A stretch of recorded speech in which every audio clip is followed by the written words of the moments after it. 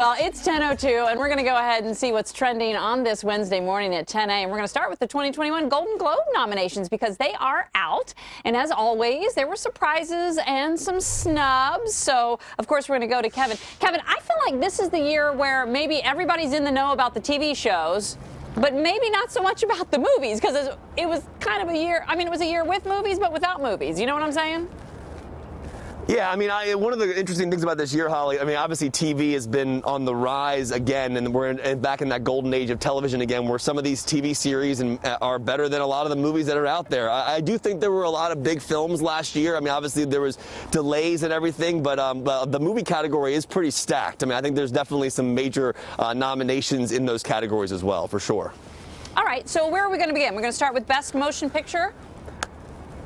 Yeah, so obviously, you know, the Golden Globes are broken up into two separate categories when it comes to Best Picture. It's a Best Picture Drama, Best Picture Musical Comedy. One of the things that I was really upset with in the drama category was no Da 5 Bloods. I think this was a film that I was 100% sure was going to be nominated for Best Picture Drama. Spike Lee did not even get a nomination for Best Director. Now, on the flip side of that, there were 3 women nominated for Director in the directing category this year for film, so that's a huge win. So it's an interesting thing. It's like a bittersweet element where I really wanted to see Spike Lee get in there, but I am happy to see more female filmmakers in that category. But in the Best Picture Drama category, I think right now there's a lot of different films you could look at from of what's going to win. I think Nomadland is a gigantic contender. That's the Frances McDormand film. She was nominated for Actress in a Drama. Now, going to the Musical Comedy category, that's where a lot of the interesting elements happen with Borat. I was very excited to see Borat nominated there. Maria Bakalova was also nominated for the Actress in a Musical Comedy as well. A lot of different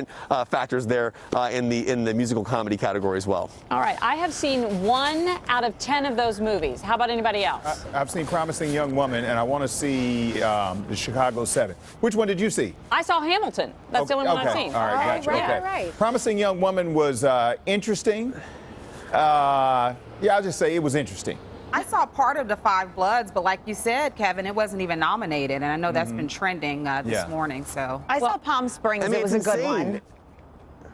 It's insane that 5 Bloods wasn't nominated for Best Picture. I know that Chadwick Boseman did get nominated for Supporting Actor for 5 Bloods. He also got nominated for Leading Actor for Ma Rainey's Black Bottom, another film that I thought should have been in there for Best Picture as well, for drama. Well, we did already have a viewer tweet us about the trial of the Chicago 7, and they said it was a must-see. They agree with you, Kevin.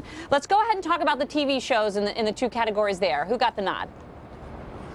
Yeah, I mean, in the TV series and the drama and the comedy, I was very excited to see Ted Lasso nominated for Best TV Series and a Comedy. It's an underrated show that came out on Apple TV during the pandemic with Jason Sudeikis, who was also nominated. Obviously, Bridgerton did not make it into these categories. That was one of the big snubs that everyone was discussing in that particular department, but there were a lot of positives. I love seeing Queen's Gambit make it into the limited series nominations. Anya Taylor-Joy got a nomination for her performance in the Queen's Gambit. So there was a lot of good things that came out today. There's also a lot of crazy things. I still cannot believe Spike Lee didn't get nominated for Best Director. That's probably the biggest snub out of all of the nominations today, I think. I think that it's like the norm that Spike Lee gets snubbed now. I mean, when he does get in there, I think we should celebrate that. Be more surprised when he does. His whole career, he's made good movies. Some good movies. I mean, he's made some bad ones, but everybody does, and he gets ignored a lot. I did see, you obviously Mandalorian. Right. Huge. Baby Yoda.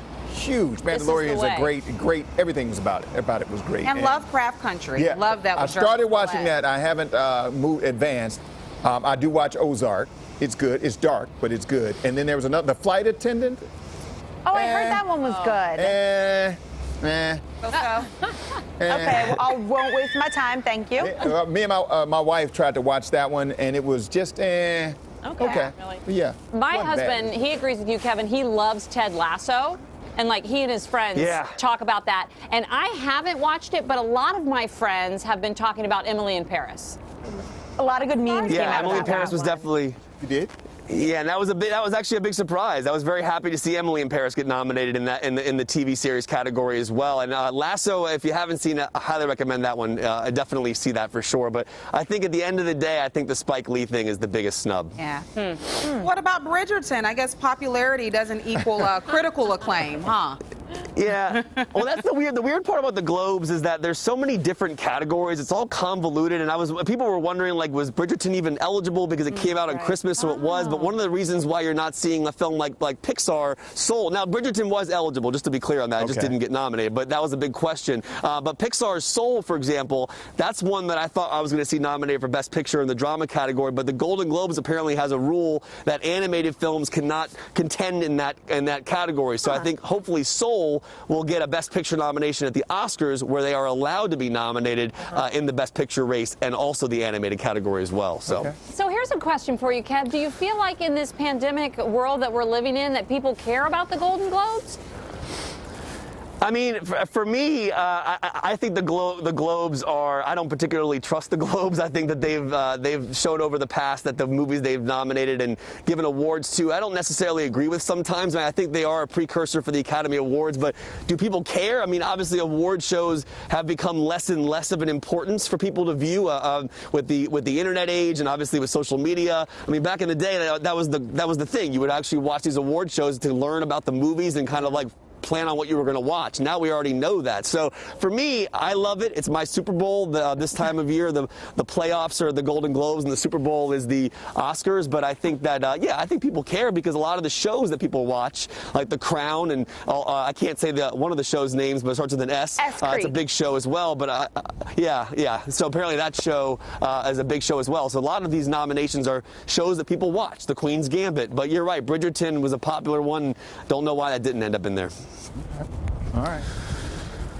Well, thanks for the breakdown, Kev.